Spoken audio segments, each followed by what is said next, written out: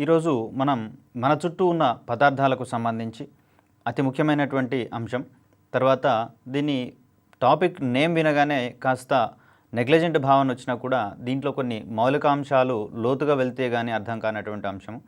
దీంట్లో భాగంగా మన చుట్టూ ఉన్న పదార్థాలు అనేటటువంటి టాపిక్లో భాగంగా సబ్ టాపిక్గా మనం దారాలు మరియు వాటి యొక్క రకాల గురించి నేర్చుకుందాం. అదేవిధంగా ఏ ఏ ప్రదేశాలు ఈ దారాలు కానివ్వండి, లేక అద్దకపు పరిశ్రమలు లేదా బట్టలు నేసేటటువంటి పరిశ్రమలకు పేరుగాంచినవో వాటికి సంబంధించినవి చూద్దాం. అదేవిధంగా పట్టు పరిశ్రమకు సంబంధించి, ఉన్ని పరిశ్రమకు సంబంధించినటువంటి ప్రాథమిక భావనలు కాస్త లోతుగానే పరిశీలిద్దాం. ప్రధానంగా రసాయనిక పదార్థాలను ఉపయోగించి తయారు చేసేటటువంటి దారాలను కృత్రిమ దారాలు లేదా సింథటిక్ దారాలు అంటాము.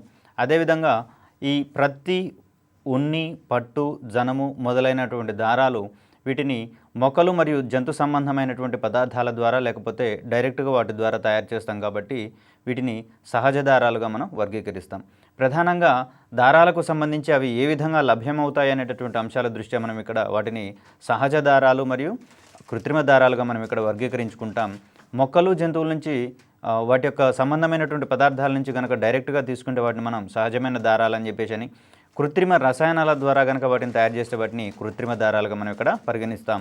ఈ ప్రత్తి, ఉన్ని, పట్టు, జనుము వీటిని మనం సహజ దారాలుగా పరిగణిస్తాం. ఎందుకంటే ఇవి మొక్కలు మరియు జంతువుల నుంచి తయారు చేస్తాం కాబట్టి. తర్వాత పెట్రోల్ సంబంధమైనటువంటి రసాయనిక పదార్థాల నుంచి ఉపయోగించి తయారు చేసేటటువంటి మరొక రకమైనటువంటి ఈ దారాలను కృత్రిమ దారాలు లేదా సింథటిక్ దారాలుగా మనం ఇక్కడ పరిగణిస్తాము. దీనికి సంబంధించినటువంటి ఉదాహరణల మీద కూడా మనకు ప్రశ్నలు వచ్చినటువంటి దాఖలాలు ఉన్నాయి. నైలాన్, పాలిస్టర్, టెర్లిన్, అక్రిలిక్ వీటిని కృత్రిమంగా మన దైనందిన అవసరాలకు సరిపడా ఉండేటట్లుగా వివిధ పదార్థాలుగా తయారు చేస్తాం కాబట్టి వీటిని మనం ఇక్కడ కృత్రిమ దారాలుగా పరిగణిస్తాం.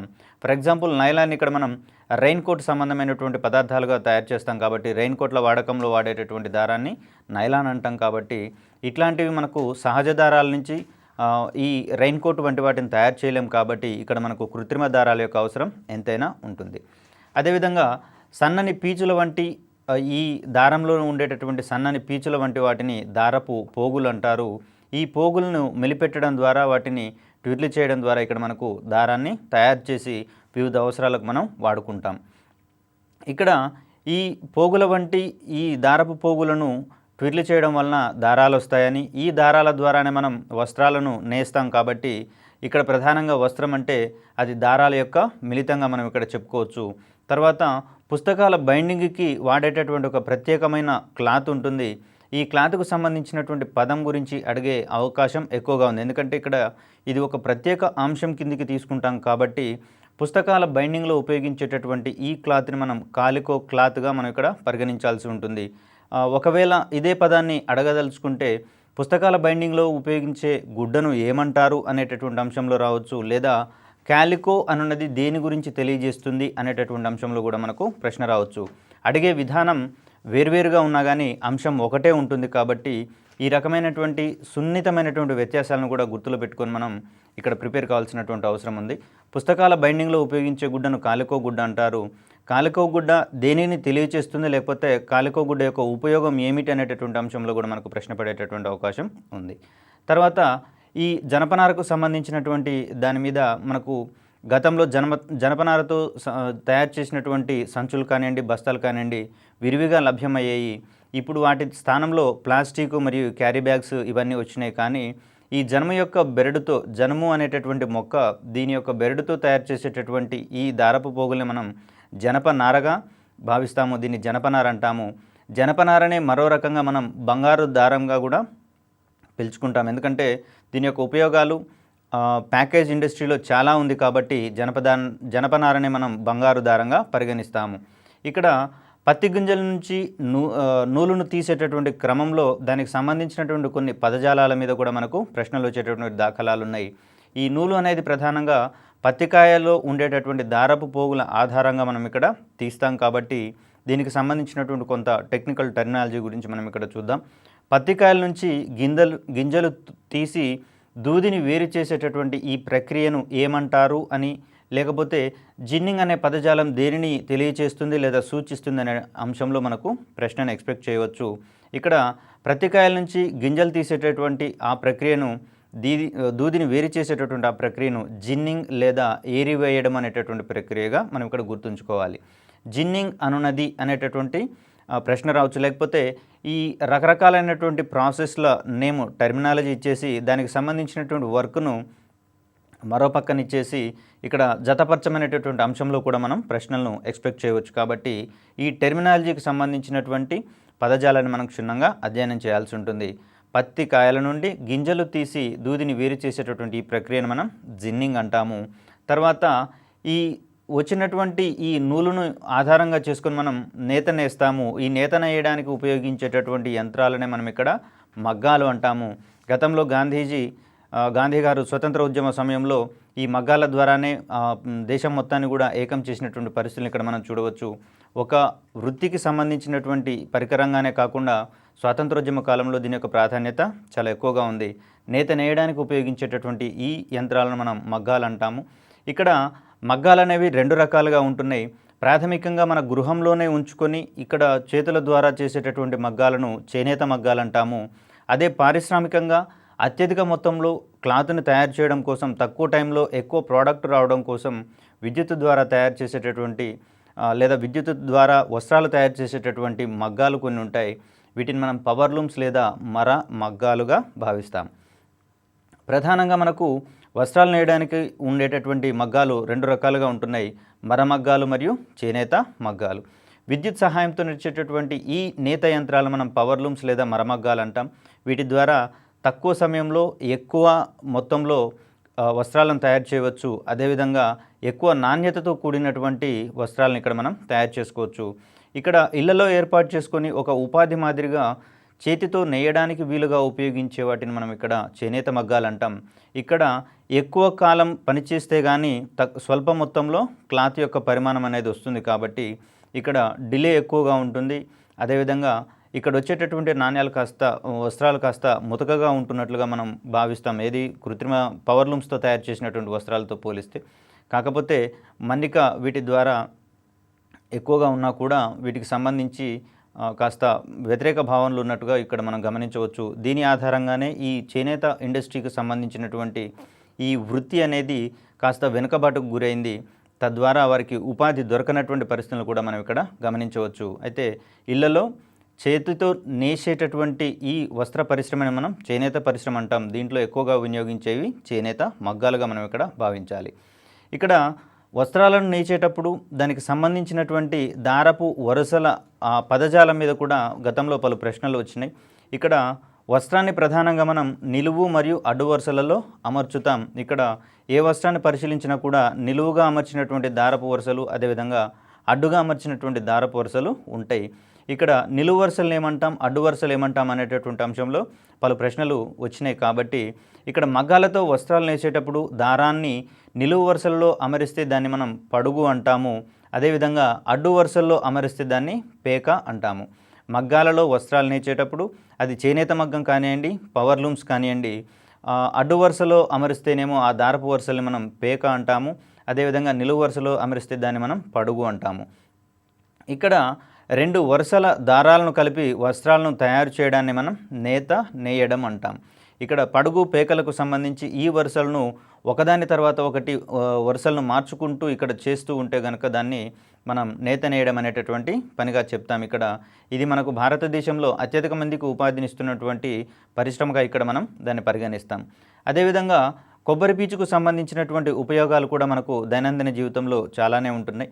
కొబ్బరి నారను ఉపయోగించి సంచులు కానివ్వండి, నేల మీద పరిచేటటువంటి మ్యాట్లు కానివ్వండి, డోర్ మ్యాట్లు, అదేవిధంగా కొబ్బరి తాడు లాంటి వస్తువులను తయారు చేస్తారు. ఇది కూడా ఈ కొబ్బరి చెట్లకు సంబంధించి కొబ్బరి ఉత్పత్తులకు సంబంధించినటువంటి అనుబంధ పరిశ్రమలుగా మనకు భారతదేశంలో విరాజిల్లుతున్నటువంటి అంశాలను మనం ఇక్కడ పరిశీలించవచ్చు.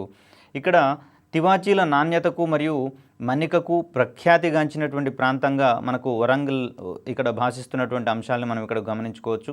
ఇటువంటి తివాచీలకు సంబంధించి అత్యధిక నాణ్యతతోటి మన్నికతోటి ఇక్కడ వరంగల్ అనే ప్రాంతంలో మనకు తివాచీలు తయారవుతున్నటువంటి విషయాన్ని కూడా మనం ప్రశ్నాంశంగా ఇక్కడ గుర్తుంచుకోవాలి. తర్వాత ఈ దూది పీచు ఉపయోగించి నూలు దారాలు తయారు చేయడాన్ని, పత్తికాయలకు సంబంధించినటువంటి ఆ దారపోగుల ఆధారంగా నూలు దారాలని తయారు చేయడాన్ని స్పిన్నింగ్ అదే పదజాలంతో మనం ఇక్కడ చూపిస్తాము. స్పిన్నింగ్ లేదా వడకడం అంటే ఏమిటి అంటే ఈ దారపు పోగుల సహాయంతో నూలు దారాలను తయారు చేయడాన్ని మనం ఇక్కడ స్పిన్నింగ్ అంటాము. తర్వాత దూది పీచును ఉపయోగించి కొన్ని వస్త్రాలు మరియు వాటి దారాలకు సంబంధించినటువంటి అంశాలలో కూడా మనకు పాఠ్యాంశంలో భాగంగా ప్రశ్నలు వచ్చేటటువంటి అవకాశం ఉన్నాయి. ఏ ఏ వస్త్రాలను ఏ ఏ దారాలతో తయారు చేస్తారు, అవి కృత్రిమమైనవా మరియు సహజమైనటువంటి దారాల క్రిందికి వస్తుందా అనేటటువంటి అంశంలో కూడా మనకు ప్రశ్నలు వచ్చేటటువంటి దాఖలాలు ఉన్నాయి. ఇక్కడ ప్రధానంగా భారతదేశంలో ఉపయోగించేటటువంటి ఒక వస్త్రంగా ధోవత్ అనేది విరాజిల్లుతుంది. దీన్ని పత్తి దారాలకు సంబంధించినటువంటి దారాలతో తయారు చేస్తాం మరియు ఇది సహజమైన దారంగా ఇక్కడ మనం పరిగణిస్తాము. అదేవిధంగా వెంకటగిరి వస్త్రాలకు సంబంధించి ఇవి పట్టు దారాలతో తయారు చేసేటటువంటి ప్రసిద్ధమైనటువంటి వస్త్రాలుగా మనం ఇక్కడ గుర్తుంచుకోవచ్చు. ఇవి కూడా సహజమైనటువంటి దారంతో తయారు చేస్తాము. మరొక అంశంగా ఇక్కడ గొడుగుకు సంబంధించి గొడుగు పైన వాడేటటువంటి క్లాత్కు సంబంధించి వీటిని పాలిస్టర్తో తయారు చేస్తారని, ఇది కృత్రిమమైనటువంటి దారంతో తయారు చేస్తారనేటువంటి విషయాన్ని ఇక్కడ మనం గుర్తుంచుకోవాలి. గొడుగుకు సంబంధించినటువంటి వస్త్రాన్ని ఏ దారాలతో తయారు చేస్తారు అనేటటువంటి అంశంలో కనుక మనకు ప్రశ్న ఎదురైతే దీనికి సంబంధించి ఆన్సర్గా మనం పాలిస్టర్ని గుర్తుంచుకోవాలి. తర్వాత దుప్పట్లను నూలు మరియు ఉన్ని దారాలతోటి ఇక్కడ తయారు చేస్తారు కాబట్టి ఈ నూలు ఉన్ని అనేవి మొక్కల నుంచి మరియు జంతువుల నుంచి వచ్చేటటువంటి దారాలుగా, కాబట్టి వీటిని సహజమైనటువంటి దారాలుగా మనం గుర్తుంచుకోవాలి. అదేవిధంగా చొక్కా లేదా పావడాకు సంబంధించి వీటిని ఏ ఏ రకాలైనటువంటి దారాలతో తయారు చేస్తారనేటువంటి అంశంలో ఇక్కడ మనకు పాలిస్టర్తో కానివ్వండి, నైలాన్ దారాలతో కానివ్వండి, అదేవిధంగా నూలుకు సంబంధించినటువంటి దారాలతో కానివ్వండి వీటిని తయారు చేస్తాం కాబట్టి పాలిస్టర్ మరియు నైలాన్ అనేవి కృత్రిమైనటువంటి దారాలు, అదేవిధంగా పత్తి దారం అనేది సహజమైనటువంటి దారంగా ఇక్కడ మనం గుర్తుంచుకోవాలి. తర్వాత రెయిన్ కోట్కు సంబంధించి ఇక్కడ నైలాన్ అనేటటువంటి దారంతో తయారు చేస్తాం. నైలాన్ అనేది రసాయన పదార్థాల నుంచి తయారు చేస్తాం కాబట్టి ఇది కృత్రిమమైనటువంటి దారంగా ఇక్కడ మనం గుర్తుంచుకోవాలి. ఈ విధంగా ఏ వస్త్రము ఏ దారం ద్వారా తయారు చేస్తారు లేదా ఏ వస్త్రం యొక్క దారం సహజమైనది, ఏ వస్త్రాల యొక్క దారాలు కృత్రిమైనటువంటి అంశంలో కూడా మనం ఇక్కడ ప్రశ్నాంశాలను ఎక్స్పెక్ట్ చేయవచ్చు. తర్వాత మన రాష్ట్రంలో చేనేత మగ్గాలకు సంబంధించినటువంటి ప్రసిద్ధి పొందినటువంటి ప్రాంతాలను గురించి కనుక ఇక్కడ మనం ప్రశ్నని ఎక్స్పెక్ట్ చేయగలిగితే దానికి సంబంధించినటువంటి పలు ప్రాంతాలు ఉన్నాయి. ఇక్కడ మన రాష్ట్రంతో పాటుగా మన తెలుగు రాష్ట్రమైనటువంటి ఆంధ్రప్రదేశ్లో కూడా ఇటువంటి ప్రదేశాలు చాలా ఉన్నాయి కాబట్టి వీటిని కాస్త మిక్స్ చేసుకుంటూ వెళ్ళగలిగితే ఎటువంటి పోటీ పరీక్షలోనైనా దీన్ని మనం ఎక్స్పెక్ట్ చేయవచ్చు. ఇక్కడ గుంటూరులో ఉన్నటువంటి మంగళగిరి అనే ప్రాంతాన్ని కనుక తీసుకుంటే ఇక్కడ ఖద్దరు వస్త్రాలు ప్రాముఖ్యత పొందినట్లుగా మనం ఇక్కడ గమనించవచ్చు. అదేవిధంగా మహబూబ్ నగర్ జిల్లాకు సంబంధించి కొత్తపేట అనేటటువంటి ప్రదేశాన్ని కనుక మనం చూసుకుంటే ఇక్కడ పట్టు చీరలు ఎక్కువగా తయారవుతున్నటువంటి దాఖలాలు ఉన్నాయి. తర్వాత అనంతపురానికి సంబంధించి ధర్మవరం మరియు పోచంపల్లికి సంబంధించినటువంటి ఈ ప్రాంతాల్లో పట్టు, బంగారం మరియు వెండి జరీ చీరలకు సంబంధించినటువంటి ఈ వస్త్రాలు ఎక్కువగా ప్రసిద్ధి చెందినటువంటి ప్రదేశాలుగా మనం ఇక్కడ గుర్తుంచుకోవచ్చు. అదేవిధంగా నెల్లూరుకు సంబంధించి వెంకటగిరి అనేటటువంటి ప్రాంతం కూడా చాలా ప్రసిద్ధి పొందినటువంటి ప్రాంతం. ఇక్కడ కూడా పట్టు, బంగారము, వెండి జరీ చీరలను ఇక్కడ తయారు చేస్తున్నటువంటి పరిస్థితులు మనం గమనించవచ్చు. క్రింది వానిలో పట్టు చీరలు, బంగారం, వెండి జరీ చీరలు తయారు కానటువంటి ప్రదేశం ఏమిటనేటటువంటి అంశంలో ప్రశ్న రావచ్చు. లేదా క్రింది వానిలో పట్టు, బంగారం, వెండి జరీ చీరలకు ప్రసిద్ధి పొందినటువంటి ప్రాంతం ఏమిటి అనేటటువంటి అంశంలో కూడా మనం ఇక్కడ ఒక ప్రశ్నని ఎక్స్పెక్ట్ చేయవచ్చు. కాబట్టి దీనికి సంబంధించినటువంటి అంశాలను గుర్తుంచుకోవాలి.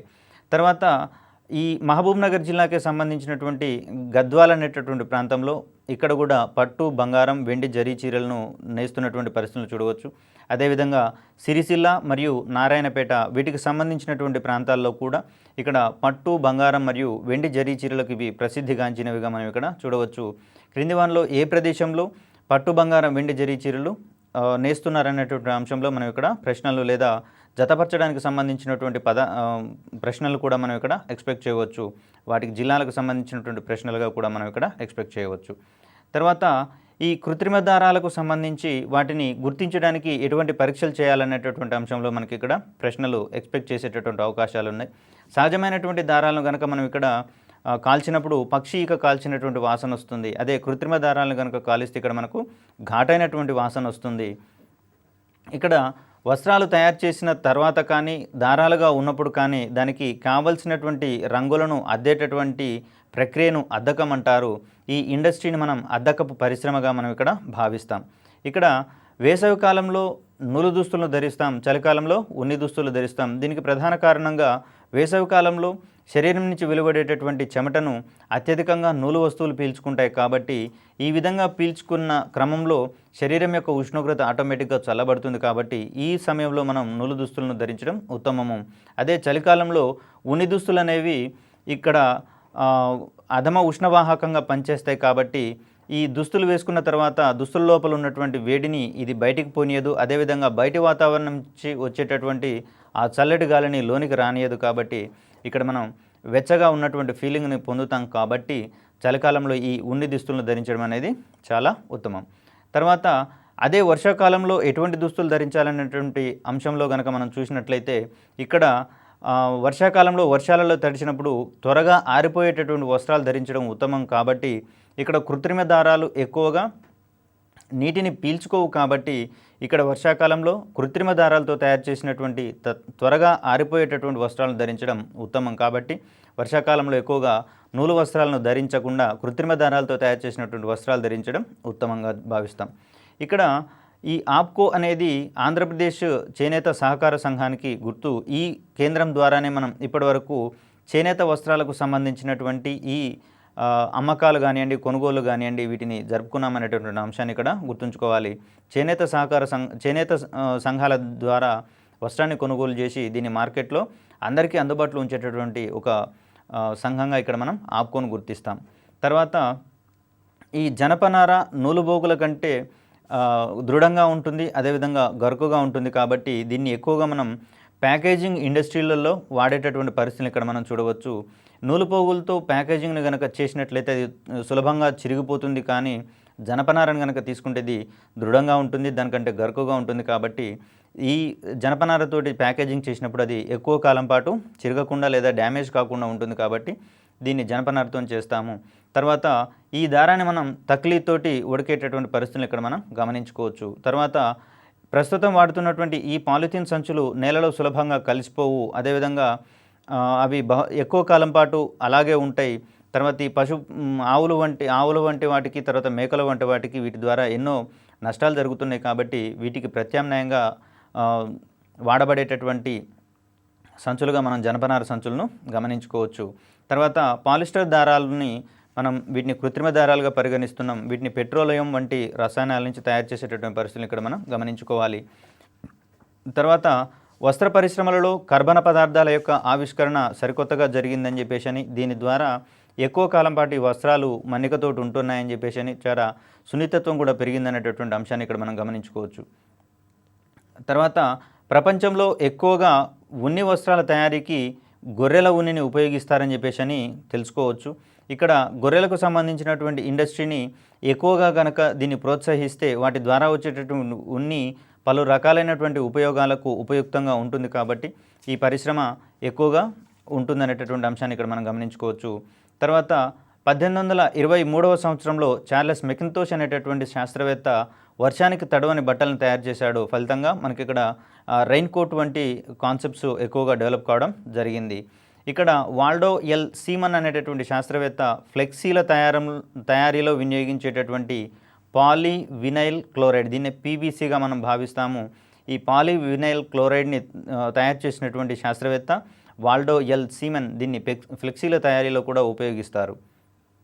తర్వాత డాక్టర్ మియోషి ఓకమోటో అనేటటువంటి శాస్త్రవేత్త మొట్టమొదటగా సూక్ష్మమైనటువంటి దారాన్ని తయారు చేసినటువంటి శాస్త్రవేత్తగా ఈయన గుర్తిస్తాము. ఈయన 1970వ సంవత్సరంలో మైక్రో ఫైబర్ని తయారు చేశారు. ఇదే మొట్టమొదటి సూక్ష్మదారంగా మనం పరిగణిస్తాము. కర్రగుజ్జుకు రసాయనాలను కలిపి రేయాన్ దారాలను తయారు చేస్తాము. అదేవిధంగా ఒక పత్తికాయను కనుక మనం చూసినట్లయితే దాని నుంచి 500 మీటర్ల పొడవైన దారాలని మనం ఇక్కడ తీయవచ్చు. పత్తికాయకు ఉండేటటువంటి ఆ దారపోగుల సహాయంతో 500 మీటర్స్ పొడవైనటువంటి దారాన్ని మనం ఇక్కడ చేయవచ్చు. మన చుట్టూ ఉన్న పదార్థం అనేటటువంటి పాఠ్యాంశంలో భాగంగా ఇప్పటివరకు దారాలు మరియు వాటి యొక్క రకాలకు సంబంధించినటువంటి ప్రాథమిక అంశాల గురించి మాట్లాడుకున్నాం. ఏవి సహజ దారాలు, ఏవి కృత్రిమ దారాలు, అదేవిధంగా ఇక్కడ దారాలను తయారు చేసేటటువంటి ప్రక్రియకు సంబంధించినటువంటి స్పిన్నింగ్, ఇటువంటి జిన్నింగ్ వంటి పదజాలం గురించి నేర్చుకున్నాం. అదేవిధంగా దారాలకు సంబంధించినటువంటి ప్రధాన పరిశ్రమలైనటువంటి పట్టు మరియు ఉన్ని పరిశ్రమలు, వాటికి సంబంధించినటువంటి సాధారణ పదజాలము, దానికి సంబంధించి ఏ ఏ ప్రాసెస్లు ఉంటాయనేటటువంటి అంశాల మీద ఇప్పుడు మనం నేర్చుకుందాం. ఇక్కడ మరొక ముఖ్యమైనటువంటి ప్రక్రియగా విరంజన ప్రక్రియను గురించి మనం ఇక్కడ చూస్తాము. ఇక్కడ దారాలకు వివిధ రకాలైనటువంటి రంగులను అంటించేటటువంటి ఆ ప్రక్రియని అద్దకపు ప్రక్రియగా మనం ఇక్కడ భావిస్తాము. ఇక్కడ రంగులను అద్దడానికి ముందుగా దారపు పోగులను శుభ్రం చేసేటటువంటి ప్రక్రియను మనం విరంజన ప్రక్రియగా గమనిస్తాము. ఇక్కడ రకరకాలైనటువంటి దారాలు వివిధ రంగుల్లో ఉంటాయి కాబట్టి వాటన్నిటికీ ఒకే రకమైనటువంటి రంగు అద్దకం చేయాలంటే వాటిని ముందు విరంజనం అనేటటువంటి ప్రక్రియకు లోను చేయాలి. ఈ తర్వాత వాటికి ఏకరీతిగా రంగులు అద్దేటటువంటి ప్రక్రియ మొదలవుతుంది. తర్వాత ఈ ప్రాసెస్లో భాగంగా ఉన్నిని ప్రవహించేటటువంటి నీటిలో శుభ్రం చేసేటటువంటి ఆ ప్రక్రియను ఏమంటారు అనేటటువంటి అంశంలో మనం ప్రశ్నను ఎదుర్కోవచ్చు. దీనికి సంబంధించినటువంటి పదజాలంగా మనం స్కోరింగ్ లేకపోతే కడగటం అనేటటువంటి అంశాన్ని గుర్తుంచుకోవాలి. ఉన్నిని ప్రవహించేటటువంటి నీటిలో శుభ్రం చేయడాన్ని మనం ఇక్కడ స్కోరింగ్ లేదా కడగడము అని చెప్పేసి అంటాము. అదేవిధంగా జంతువుల వెంట్రుకలను ఉన్ని లేదా ఫ్లీస్ లేదా ఫర్ అని చెప్పేసి అనేటటువంటి పదజాలంతో కూడా మనం ఇక్కడ గుర్తుంచుకోవచ్చు. ప్రధానంగా జంతువుల వెంట్రుకలు లేదా ఉన్ని అనేది ప్రోటీన్లను కలిగినటువంటి పదార్థంగా ఇక్కడ మనం గుర్తుంచుకోవాలి. జంతువుల వెంట్రుకలను ఉన్ని లేదా ఫ్లీస్ లేదా ఫర్ అనేటటువంటి పదాలతోటి మనం చెప్పుకోవచ్చు. ఒకవేళ ప్రశ్నాంశం అడగాలనుకుంటే ఫర్ అనగా కింది వానిలో ఏది అని, లేదా ఫ్లీస్కు సంబంధించినటువంటి పదార్థంగా దేన్ని సూచిస్తారనేటువంటి అంశంలో మనకు ప్రశ్న వచ్చే దాఖలాలు ఉంటాయి. కాబట్టి జంతువుల యొక్క వెంట్రుకలకు ఈ పదజాలాన్ని మనం అనుబంధ పదాలుగా మనం గుర్తుంచుకోవాలి. తర్వాత గొర్రెల నుంచి ఉన్ని తొలగించేటటువంటి ప్రక్రియను ఏమంటారు అనేటటువంటి అంశంలో మనకు ప్రశ్న ఎక్స్పెక్ట్ చేయవచ్చు. ఇక్కడ రేజర్లను ఉపయోగించి గొర్రెల నుంచి ఉన్నిని కత్తిరించి తొలగించేటటువంటి ఈ ప్రక్రియను మనం షియరింగ్ లేదా కత్తిరించడము అంటారు. ఇక్కడ పదజాలాన్ని ఇచ్చేసి దానికి సంబంధించినటువంటి అర్థం వచ్చేటటువంటి విషయాన్ని లేదా సంకేతాన్ని ఎదురుగా ఇచ్చేసి జతపరచమనేటటువంటి అంశంలో కూడా మనం ప్రశ్నని ఎక్స్పెక్ట్ చేయవచ్చు. ఇక్కడ పదజాలాన్ని ఒక లిస్టులోను, అదేవిధంగా వాటికి సంబంధించినటువంటి భావజాలాన్ని మరొక లిస్టులోను ఇచ్చేసి వీటిని జతపరచమనేటటువంటి అంశంలో ప్రశ్నలు రావచ్చు. దీంట్లో ప్రధానంగా ఈ షీరింగ్కి సంబంధించి కానివ్వండి, తర్వాత ఈ ఫ్లీస్, ఫర్ అనేటటువంటి పదజాలానికి సంబంధించి కానివ్వండి, జతపరిచే క్రమంలో ఇక్కడ ప్రశ్నలు మనం ఎక్కువ ఎక్స్పెక్ట్ చేయవచ్చు. రేజర్లను ఉపయోగించి ఉన్నిని తొలగించేటటువంటి ప్రక్రియగా మనం షేరింగ్ను గుర్తుంచుకోవాలి. తర్వాత ఈ ఉన్ని వస్త్రాలను కానివ్వండి, ఉన్నికి సంబంధించినటువంటి పరిశ్రమలలో ఏ ఏ జంతువులకు సంబంధించినటువంటి ఉన్నిని వినియోగిస్తారనే క్రమంలో కూడా మనకు ప్రశ్న ఎక్స్పెక్ట్ చేయవచ్చు. ఇక్కడ గొర్రె, మేక, జడల బర్రె, లామ మరియు ఒంటె వంటి మొదలైనటువంటి జంతువుల వెంట్రుకలతోటి మనం ఉన్నిని తయారు చేస్తాం. ప్రధానంగా ఉన్ని పరిశ్రమలో ఎక్కువగా వినియోగించబడేటటువంటి జంతువుల వెంట్రుకలుగా వీటిని మనం పరిగణిస్తాము. గొర్రె, మేక, జడల బర్రె, లామ మరియు ఒంటెకు సంబంధించినటువంటి జంతువుల వెంట్రుకలతోటి మనం ఇక్కడ ఉన్నిని తయారు చేస్తాము. అంగోరా గొర్రె లేదా మెరినో గొర్రె ఉన్ని చాలా మెత్తగా ఉంటుంది. దీనికి సంబంధించి వీటిని మనం తివాచీలు, అదేవిధంగా శాల్వాలకు సంబంధించినటువంటి పరిశ్రమలలో వీటిని వినియోగించేటటువంటి దాఖలాలు ఉన్నాయి. అదేవిధంగా ఉన్నికి సంబంధించి ఈ పెయింటింగ్ బ్రష్ల ఇండస్ట్రీలలోనూ వీటిలలోనూ కూడా వాడతాం. అయితే ఎక్కువ మొత్తంలో తయారు చేయాల్సి వచ్చినప్పుడు మాత్రం ప్రధానంగా కృత్రిమ దారాలకు సంబంధించినటువంటి వాటితోటి వీటిని తయారు చేసినటువంటి దాఖలాలు కూడా ఉన్నాయి. తర్వాత ఈ ఉన్నిని తొలగించే క్రమంలో ఏ ఋతువులో ఈ ఉన్నిని తొలగిస్తారనేటటువంటి అంశంలో కూడా మనకు ప్రశ్న వచ్చే అవకాశం ఉంది. కేవలం వసంత ఋతువులో మాత్రమే గొర్రెల ఉన్నిని తొలగిస్తే ఇక్కడ ఒక పరిశ్రమలో గొర్రెల పరిశ్రమకు సంబంధించి గొర్రెల యొక్క ఉన్నతి కూడా మనం చూసుకోవాల్సి వస్తుంది. కాబట్టి వసంత ఋతువులో మాత్రమే ఇక్కడ గొర్రెల యొక్క ఉన్నిని తొలగిస్తారు. తర్వాత ఇక్కడ ఉన్నిని వేరు చేసిన తర్వాత లేకపోతే దాన్ని తొలగించిన తర్వాత ఇక్కడ జరిగేటటువంటి మరొక ప్రక్రియగా వూల్ క్లాసింగ్ లేదా వేరు చేయడం అనేటటువంటి ప్రక్రియను చూసుకుంటాము. ఈ వూల్ క్లాసింగ్ లేదా వేరు చేయడం అనేటటువంటి ప్రక్రియ ద్వారా మిగిలినటువంటి ఉన్నిని ఇక్కడ మనం ఫ్లస్ అంటాము. ఇది చాలా మెత్తటి ఊలుగా మనం ఇక్కడ పరిగణించాల్సి ఉంటుంది. వూల్ క్లాసింగ్ లేదా వేరు చేయడం అనేటటువంటి ప్రక్రియ తర్వాత లభించే ఉన్నిని ఫ్లస్ అంటాము. ఇది చాలా మెత్తగా ఉండేటటువంటి ఊలుగా మనం ఇక్కడ చూడవచ్చు. ఫ్లస్ అనగానేమిటి అనేటటువంటి అంశంలో కనుక ప్రశ్న పడితే వేరు చేయడం అనే ప్రక్రియ తర్వాత లభించేటటువంటి ఉన్నిగా ఇక్కడ మనం గుర్తుంచుకోవాలి. తర్వాత ఈ అంగోరా గొర్రె అనే గొర్రె నుంచి వచ్చేటటువంటి ఉన్ని చాలా మెత్తగా ఉంటుందని చెప్పేసి అనుకున్నాం. వీటి ద్వారా స్వెటర్లు మరియు శాలువాలు తయారు చేస్తారు.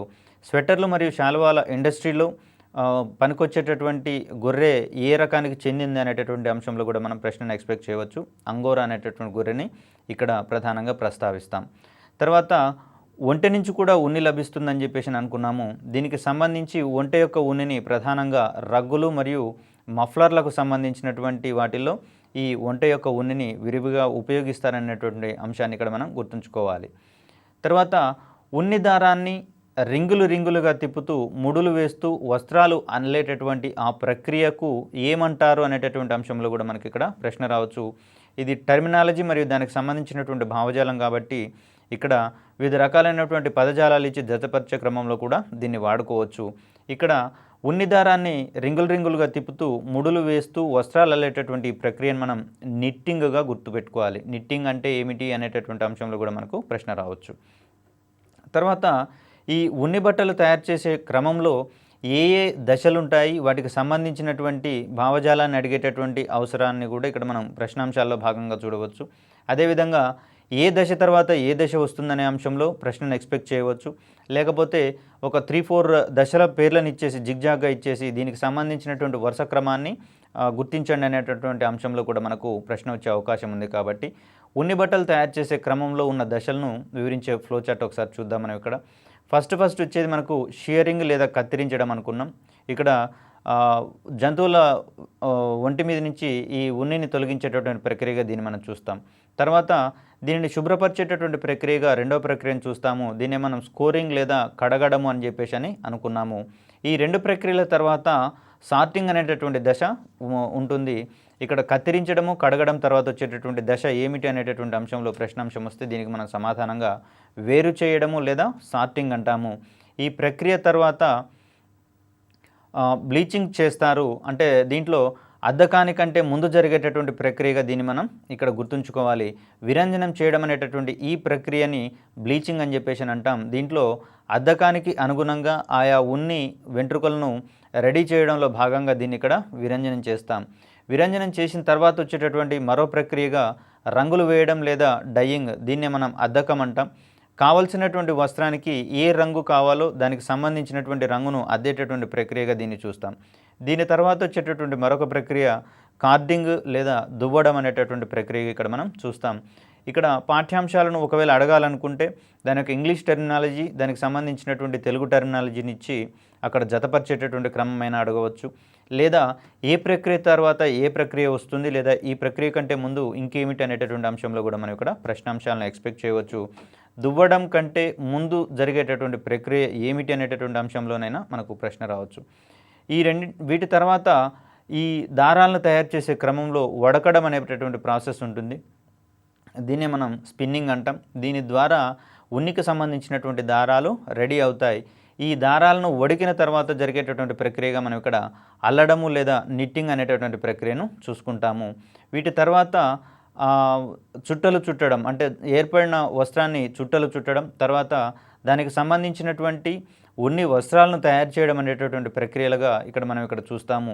ఇక్కడ ఉన్ని వస్త్రం యొక్క తయారీతో ఈ ఉన్ని వస్త్రాల తయారీ దశలు అనేవి ముగుస్తాయి. కాబట్టి చుట్టలు చుట్టడం లేదా రోలింగ్ అనేటటువంటి ప్రక్రియ దేని తర్వాత వస్తుంది అనేటటువంటి వంశంలో కనుక మనం ప్రశ్నను ఎక్స్పెక్ట్ చేస్తే ఇది దారాలను అల్లడం తర్వాత వచ్చేటటువంటి ప్రక్రియ ఇక్కడ మనం చూస్తాము. దీని ఆధారంగా వచ్చినటువంటి క్లాత్ని చుట్టలు చుట్టేసి మనకు అవసరమైనటువంటి వస్త్రాలను ఇక్కడి నుంచి తయారు చేసేటటువంటి ప్రక్రియగా దీన్ని మనం భావించుకోవచ్చు. ఇక్కడ ప్రధానంగా ఉన్ని వస్త్రం యొక్క అవసరం ఏమిటి అనేటటువంటి అంశంలో మనం ఇక్కడ చాలా జాగ్రత్తగా ఉండాలి. ఇక్కడ ఉన్ని దారాలలో గాలి నిల్వ ఉంటుంది కాబట్టి ఈ గాలి అనేది అధమ ఉష్ణవాహకంగా ప్రవర్తిస్తుంది. కాబట్టి ఈ సందర్భాలలో ఈ ఉన్ని దారాల్లో ఉండేటటువంటి ఆ గాలి అనేది లోపల వైపు నుంచి వస్త్రాల లోపలికి బయటి గాలిని రానియదు, అదేవిధంగా వస్త్రాల లోపల వైపు ఉన్నటువంటి వేడి గాలిని బయటకు పోనీయదు. కాబట్టి ఇక్కడ ఉన్ని కూడా ఒక రకమైనటువంటి అధమ ఉష్ణవాహకంగానే ప్రవర్తిస్తుంది. కాబట్టి వేసవి కాలాలలో మరియు చలిగా ఉన్నటువంటి పరిస్థితులలో ఉన్ని వస్త్రాలను వేసుకోవడం అనేది ఎక్కువగా జరుగుతుంది. కాబట్టి దీనికి ప్రధాన కారణంగా ఉన్ని లేదా ఉన్ని దారాల్లో ఉండేటటువంటి గాలి అధమ ఉష్ణవాహకంగా ప్రవర్తిస్తూ ఇక్కడ చల్లటి గాలిని మన శరీరం తాకకుండా నిరోధిస్తుంది. కాబట్టి వీటిని ఎక్కువగా వాడేటటువంటి పరిస్థితులను చూడవచ్చు. ఇక్కడ ఈ వూల్ క్లాసింగ్ లేకపోతే వేరు చేయడం అనేటటువంటి ప్రక్రియలో భాగంగా మనం చేసేటటువంటి పని ఏమిటయ్యా అంటే, ఉన్నిలో ఉన్నటువంటి వెంట్రుకలలో ఆకులు కానివ్వండి, చిన్న చిన్న పుల్లలు కానివ్వండి చిక్కుకొని పోతాయి. ఈ విధంగా ఉన్న వాటిని యాజ్ ఇట్ ఈజ్గా తీసుకుంటే వాటి యొక్క నాణ్యతకు దెబ్బతింటుంది. కాబట్టి ఫస్ట్ ఈ ఉన్ని లేదా ఉన్ని వెంట్రుకల్లో ఉండేటటువంటి చిక్కుపోయినటువంటి ఆకుల్ని తొలగిస్తారు. దీన్నే మనం వూల్ క్లాసింగ్ అని చెప్పేసి అని అంటాం. తర్వాత ఈ గొర్రె యొక్క మెత్తని ద్వితీయ రోమాలను ఫ్లీస్ అంటాము. దీనినే ఉన్నిగా మనం భావిస్తూ ఉంటాం. దీని ద్వారా శాలువాలు మరియు మఫ్లర్లు తయారు చేసేటటువంటి పరిస్థితిని మనం ఇక్కడ చూడవచ్చు. తర్వాత అత్యంత శ్రేష్టమైనటువంటి ఉన్నినిచ్చేటటువంటి జాతి ఏమిటి, గొర్రె జాతి ఏమిటి అనేటటువంటి అంశంలో మనకి ఇక్కడ గొర్రెల జాతుల గురించి కూడా ప్రశ్నలు పడవచ్చు. దీంట్లో మెరినో జాతి గొర్రె అనేది శ్రేష్టమైనటువంటి ఉన్నిని ఇస్తుంది అనేటటువంటి అంశాన్ని మనం ఇక్కడ గుర్తుంచుకోవాలి. ఈ మెరినో గొర్రె సంవత్సరానికి 5 నుంచి 18 కిలోల ఉన్నిని ఇస్తుంది అనేటటువంటి అంశాన్ని మనం ఇక్కడ గుర్తుంచుకోవాలి. కాబట్టి దీన్ని ఎక్కువగా కూడా ఈ ఉన్ని పరిశ్రమకు సంబంధించినటువంటి దాంట్లో ఎక్కువగా వాడడానికి మెరినో గొర్రె జాతి ఎక్కువగా లాభదాయకతను చేకూరుస్తుంది అనేటటువంటి అంశాన్ని ఇక్కడ మనం గుర్తుంచుకోవాలి. తర్వాత ఉన్ని ఉత్పత్తిలో ప్రపంచంలో ప్రథమ స్థానంలో ఉన్నటువంటి దేశంగా మనం ఇక్కడ ఆస్ట్రేలియాను గుర్తుంచుకుంటాము. తర్వాత వివిధ రకాలైనటువంటి దారాలకు మధ్య ఎటువంటి భేదాలు ఉన్నాయి అనేటటువంటి అంశంలో కూడా మనకి ఇక్కడ ప్రశ్నలు ఎక్స్పెక్ట్ చేయవచ్చు. దీంట్లో భాగంగా పట్టు మరియు ప్రతి దారాలకు సంబంధించినటువంటి భేదాలను కనుక మనం పరిశీలిస్తే ఇక్కడ పట్టు అనేది ఒక ప్రోటీన్ తోటి తయారయ్యేటటువంటి పదార్థంగా ఇక్కడ మనం గమనించాలి. ఇది పట్టు పురుగుల వంటి జంతువుల నుంచి ఉత్పత్తి అయ్యేటటువంటి ఒక ప్రోటీన్ పదార్థంగా మనం ఇక్కడ గుర్తుంచుకోవాలి. తర్వాత ఈ పట్టు అనేది పట్టు పురుగు దాని నోటి నుంచి వచ్చేటటువంటి లాలాజలం గాలికి తగిలినప్పుడు గట్టిపడి అది దారంలో ఏర్పడుతుంది. కాబట్టి ఈ పట్టు అనేది ఆటోమేటిక్గా వచ్చేటటువంటి దారంగా ఏర్పడుతుంది. తర్వాత పట్టును రీలింగ్ చేయడం ద్వారా దాని యొక్క దారాన్ని తీస్తాము. ఇక్కడ పట్టు అనేది నీటిని పీల్చదు. కాబట్టి ఇది నీటిని పీల్చుకోకపోవడం వల్ల త్వరగా ఆరేటటువంటి పరిస్థితులలో ఇది ఎక్కువ ఉపయుక్తమైనటువంటి పదార్థంగా మనం ఇక్కడ చూడవచ్చు. తర్వాత ఈ పట్టు వస్త్రాలకు సంబంధించి పట్టు దారాలకు గట్టితనం ఎక్కువగా ఉంటుంది, మన్నిక కూడా ఎక్కువగా ఉంటుంది. కాబట్టి ఎక్కువ మంది పట్టు వస్త్రాలను ధరించడానికి ఎక్కువ ఉత్సాహంగా మరియు ఆసక్తితో ఉంటారనేటటువంటి అంశాన్ని ఇక్కడ మనం గుర్తుంచుకోవాలి. తర్వాత పట్టుదారం అనేది ఏకమందంతో ఉంటుంది. కాబట్టి దీనికి సంబంధించినటువంటి మరొక విశిష్ట లక్షణంగా ఇక్కడ మనం దీని యొక్క దారం యొక్క మందం ఏకరీతిగా ఉంటుందనేటటువంటి అంశాన్ని గుర్తుంచుకోవాలి. ఒకవేళ పత్తికి సంబంధించినటువంటి దారాన్ని కనుక మనం చూసినట్లయితే పట్టు అనేదేమో ప్రోటీన్కి సంబంధించినటువంటి పదార్థం కాగా ఇక్కడ ఈ ప్రత్తి నుంచి వచ్చేటటువంటి నూలు దారం అనేది సెల్యులోజ్ అనేటటువంటి పిండి పదార్థంతో తయారయ్యేటటువంటి ఒక దారంగా మనం ఇక్కడ గుర్తుంచుకోవాలి. అదేవిధంగా ఈ పత్తి అనేది మొక్కల నుంచి లభిస్తుంది. అదే పట్టు అయితేనేమో జంతువుల నుంచి లభిస్తుంది. తర్వాత ఈ ప్రత్తి అనేది పీచులు పీచులుగా మరియు పోగులు పోగులుగా ఉంటుంది. ఈ పత్తిని ఇటువంటి పత్తిని దారపోగులను వడకడం ద్వారా దాని యొక్క దారాన్ని తయారు చేస్తాం. తర్వాత ఈ పత్తి దారానికి నీటిని పీల్చే గుణం ఎక్కువగా ఉంటుంది. తర్వాత దీనికి గట్టితనము మరియు మన్నిక అనేవి పట్టుదారాలతో పోలిస్తే చాలా తక్కువగా ఉంటుంది. అదేవిధంగా దీని యొక్క దారం యొక్క మందము ఏకరీతిగా ఉండదు, లేకపోతే ఏకమందంగా ఉండదు అనేటటువంటి అంశాన్ని గుర్తుంచుకోవాలి. ఇక్కడ దారం యొక్క మందం అనేది వేర్వేరు దారం వెంబడి ఒకే రీతిగా ఉండదనేటటువంటి అంశాల్లో మనం ఇక్కడ ఈ భేదాలను గుర్తుంచుకోవాలి. తర్వాత పట్టు పరిశ్రమలలో ఈ గుడ్లను ఆరబెట్టడానికి పాలిథిన్ కవర్లను ఉపయోగిస్తాము. తర్వాత పట్టు పరిశ్రమలలో పట్టుదారం చుట్టడానికి రీలర్లను వాడతాం. పట్టు పరిశ్రమలో పట్టుదారాన్ని దేనికి చుడతారు అని చెప్పేసి అంటే రీలర్ల ఆధారంగా చుడతారనేటువంటి అంశాన్ని ఇక్కడ మనం గుర్తుంచుకోవాలి. తర్వాత కకూన్లు అనేటటువంటి పదార్థాలు ఇక్కడ పట్టుపురుగు చుట్టూతో ఉండేటటువంటి గూడుగా మనం దీన్ని చూస్తాం, లేదా పట్టు కాయగా మనం చెప్తాం. దీన్ని వేడి గనక చేయకపోతే లోపల ఉన్నటువంటి పట్టుపురుగు ప్రౌఢజీవిగా మారుతుంది. ఇక్కడ ప్రౌఢజీవిగా మారిన తర్వాత ఆ కకూన్ల నుంచి పట్టుపురుగు బయటకు వచ్చినప్పుడు ఇక ఆ పట్టుదారం అనేది ఏ విధంగానూ మనకు పనికిరాదనేటటువంటి అంశాన్ని ఇక్కడ మనం గుర్తుంచుకోవాలి. పట్టుపురుగు అనేది ఒక రకమైన కీటకంగా దీని నుంచి వచ్చేటటువంటి దారాన్ని మనం పట్టుగా తీసుకుంటాము, పట్టుగా స్వీకరిస్తాము. దాని నుంచి వచ్చేటటువంటి పట్టు దారాలతోటి పట్టు వస్త్రాలను నేస్తామనేటటువంటి అంశాన్ని ఇక్కడ మనం గుర్తుంచుకోవాలి. ఇక్కడ పట్టుపురుగు జీవిత చక్రానికి సంబంధించినటువంటి ఏరియాలో కూడా మనకు ప్రశ్నలు వచ్చే అవకాశాలు ఉన్నాయి. పట్టుపురుగుకు సంబంధించినటువంటి జీవిత చక్రంలో ఏ ఏ దశలున్నాయి, లేకపోతే వాటి యొక్క వరుస క్రమాన్ని గుర్తించండి అనేటటువంటి అంశంలో కూడా మనకి ఇక్కడ ప్రశ్న రావచ్చు. పట్టుపురుగు జీవిత క్రమంలో గుడ్డు, డింభకం, ప్యూప, చిలుక మరియు ప్రౌఢజీవి అనేటటువంటి దశలుంటాయి. దీంట్లో ఇదే ఆర్డర్ని జిగ్జాగ్గా ఇచ్చేసి వీటిని వరుస క్రమంలో అమర్చండి అనేటటువంటి అంశంలో ప్రశ్న రావచ్చు మనకు. ఈ పట్టువర్ధనం పరిశ్రమలో పట్టు కీటకం యొక్క గుడ్లను మనం ఇక్కడ విత్తనాలు అంటాం. ఒకవేళ పట్టు పరిశ్రమలో విత్తనంగా దేనిని పరిగణిస్తారు అనేటటువంటి అంశంలో కూడా మనకి ఇక్కడ ప్రశ్నాంశం రావచ్చు. పట్టు కీటకం యొక్క గుడ్లనే మనం ఇక్కడ విత్తనాలు అంటాం.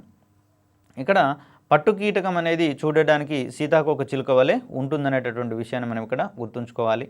తర్వాత పట్టు చిలుకలను అమ్మేటటువంటి ఆ దుకాణాలను గ్రైనేజెస్ అంటారు. గ్రైనేజెస్ అంటే ఏమిటి అనేటటువంటి అంశంలో కనుక ప్రశ్న ఎదురైతే పట్టు చిలుకలను అమ్మే దుకాణాలుగా ఇక్కడ మనం గుర్తుంచుకోవాలి.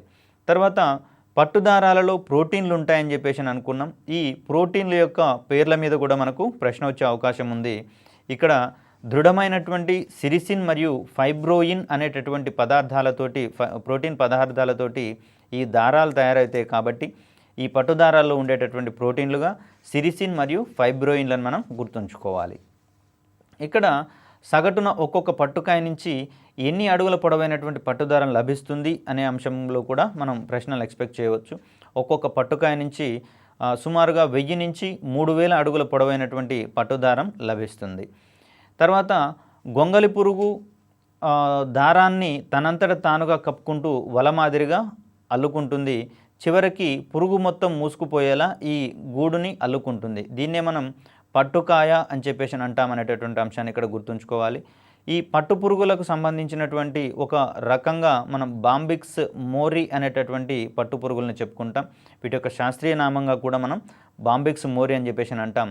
తర్వాత పట్టుకాయ నుంచి పట్టు దారాన్ని తీసేటటువంటి ఆ ప్రక్రియని ఏమని పిలుస్తారనే అంశంలో కూడా మనం ప్రశ్నను ఎక్స్పెక్ట్ చేయవచ్చు. పట్టుకాయ నుంచి పట్టు దారాన్ని తీసేటటువంటి ఈ ప్రక్రియని మనం రీలింగ్ అంటాము. ఈ వస్త్ర పరిశ్రమలో రీలింగ్ అంటే ఏమిటి? పట్టు వస్త్ర పరిశ్రమలో రీలింగ్ అనేటటువంటి పదాన్ని దేనికి వాడతాము అంటే పట్టుకాయ నుంచి పట్టు దారాన్ని తీయడానికి అనేటటువంటి ఉద్దేశాన్ని ఇక్కడ మనం చూసుకోవాలి. తర్వాత పట్టు పురుగులను పెంచి వాటి నుంచి పట్టిని తీసేటటువంటి ఈ ప్రక్రియను ఏమంటారు అనేటటువంటి అంశంలో ప్రశ్న కనుక వస్తే దాన్ని పట్టు వర్ధనంగా మనం ఇక్కడ గుర్తుంచుకోవాలి. పట్టు వర్ధనం అనగా ఏమిటి అంటే పట్టు పురుగులను పెంచి వాటి నుంచి పట్టును తీసేటటువంటి ఒక ప్రాసెస్. ఇక్కడ పట్టు పురుగులు ఎక్కువగా మల్బరీ ఆకులతో పెరిగేటటువంటి పట్టు పురుగుల నుంచి వచ్చే పట్టు రకం ఏమిటి అంటే సాధారణంగా మల్బరీ ఆకుల నుంచి వస్తుంది కాబట్టి దీన్ని మల్బరీ పట్టు అంటాము. మరి ఒక రకమైనటువంటి పట్టు మనకు ఇండియాలో ఎక్కువగా అందుబాటులో ఉంది. దీనికి సంబంధించినటువంటి ఈ రకాన్ని పట్టు రకాన్ని టస్సర్ పట్టు లేకపోతే దేశాలి పట్టు అంటాం. ఈ రకమైనటువంటి పట్టు అనేది ఓక్ చెట్ల మీద పెరిగేటటువంటి పట్టు పురుగుల నుంచి లభిస్తుంది. టస్సర్ పట్టు ఏ రకపు చెట్ల మీద పెరిగేటటువంటి పట్టు పురుగుల నుంచి లభిస్తుంది అంటే ఓక్ చెట్లు అనేది ఇక్కడ మనం ఆన్సర్గా చూసుకుంటాం. తర్వాత పోచంపల్లికి సంబంధించినటువంటి పట్టుకు ఉన్నటువంటి పేరేమిటి లేక ప్రత్యామ్నాయ పేరేంటి అనేటటువంటి అంశంలో మనం కూడా ప్రశ్న ఎక్స్పెక్ట్ చేయవచ్చు. ఈ పోచంపల్లి పట్టును మనం టై అండ్ డై పట్టు లేదా జమదాని పట్టు అని చెప్పేసి పిలుస్తామనేటటువంటి అంశాన్ని ఇక్కడ మనం గుర్తుంచుకోవాలి. ఇక్కడ మన రాష్ట్రంలో పోచంపల్లికి సంబంధించినటువంటి ఈ ప్రాంతాన్ని పట్టు పట్టణం అని చెప్పేసి అంటామని గుర్తుపెట్టుకోవాలి. తర్వాత పట్టు పురుగు డింభకాలను చంపడాన్ని మనం ఇక్కడ స్టిఫింగ్ అనేటటువంటి పదజాలంతో చెప్తాము. స్టిఫింగ్ అనగా ఏమిటి, లేకపోతే ఈ పదజాలానికి సంబంధించినటువంటి రీలింగ్, స్టిఫింగ్ ఈ పదాలను ఒక లిస్టులో ఇచ్చి వాటికి సంబంధించినటువంటి భావజాలం లేదా ఉద్దేశాలను మరొక లిస్టులో ఇచ్చి జతపరిచే ప్రశ్నలు మనకి ఇక్కడ ఎక్స్పెక్ట్ చేయవచ్చు. తర్వాత ఈ డింబకాలను పట్టుపురుగు డింబకాలను 10 నుంచి 15 నిమిషాల పాటు వేడి నీటిలో ఉడికిస్తారు. ఈ స్టిఫింగ్ చేయకపోతే కకూన్లోని పట్టు మొత్తం నాశనం అయిపోయి రీలింగ్ చేయడానికి పనికిరాదు. కాబట్టి స్టిఫింగ్ ఆధారంగానే మనం ఇక్కడ పట్టుపురుగును పట్టు వస్త్ర పరిశ్రమలకు సంబంధించినటువంటి ఉపయోగాలకు వాడుకునేటటువంటి ప్రాసెస్ని ఇక్కడ మనం చూడవచ్చు. ఈ పట్టు అనేది ఒక రకమైనటువంటి ప్రోటీన్గా, ప్రతి అనేటటువంటిది సెల్యులోజ్ అనే ఒక కార్బోహైడ్రేట్గా మనం ఇక్కడ గుర్తుంచుకోవాలి. ఇక్కడ తూర్పు భారతదేశంలో పట్టును ఏ పేరుతో పిలుస్తారు అనేటటువంటి అంశంలో కూడా మనకి ఇక్కడ ప్రశ్న వచ్చే అవకాశం ఉంది. తూర్పు భారతదేశంలో పట్టును పాట్ అంటాము. తర్వాత పట్టు పురుగులను పెంచేటటువంటి ఆ వెదురు పళ్ళాలను మనం ఇక్కడ చంద్రికలు అనేటటువంటి పదజాలంతో సూచిస్తాం. తర్వాత పట్టు కోసం పట్టు పురుగులను పెంచేటటువంటి ఈ ఇండస్ట్రీని మనం ఇక్కడ సిరికల్చర్గా చూసుకుంటాం. పట్టుపురుగు యొక్క శాస్త్రీయ నామం బాంబిక్స్ మోరీగా మనం ఇక్కడ చూస్తాం.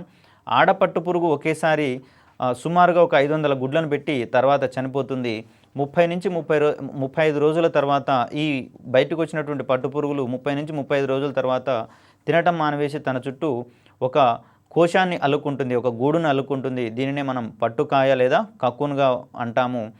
ప్రపంచవ్యాప్తంగా మొట్టమొదటగా పట్టు వాడకాన్ని ప్రారంభించినటువంటి దేశంగా ఇక్కడ మనం చైనాను సూచిస్తే, ఉన్ని ఉత్పత్తిలో ఆస్ట్రేలియా మరియు చైనా దేశాలు మొదటి స్థానంలో ఉన్నటువంటి ప్రక్రియని ఇక్కడ మనం చూడవచ్చు.